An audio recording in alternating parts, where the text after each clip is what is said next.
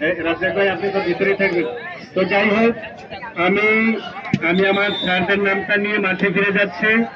আমি একবার আমার স্যারদেরকে স্মরণ করে আমি মাঠে ফিরে যাচ্ছি। আমি রায়হান ভাইকে ধন্যবাদ জানাই।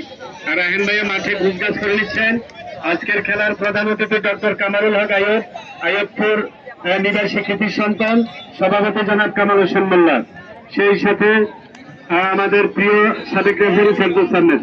আমাদের আজকের এই মাঠে জনাব কামাল ভাই, জনাব মনির সরকার, জনাব বকুল ভাই এবং বিশেষ করে আমাদের লিটন সরকার, সেক্রেটারি ছাত্রদল বাঞ্ছারামপুর উপজেলা, ছাত্রদল সভাপতি মনির সরকার, যুবদল নেতা হিমেল ভাই, সেই সাথে আমাদের মাঝে উপস্থিত আছেন জনাব রায়হান ভাইয়া, জনাব এমদাদুল্লাহ বকুল ভাই, জনাব আলামিন ভাই, জনাব হাসান সরকার, যুবদল সদস্য বাঞ্ছারামপুর, জনাব হেলাল মিয়া, জনাব যুবদল নেতা খেলোয়াড় জনাব বাবুল ভাই, ডাক্তার আনামুল হক এবং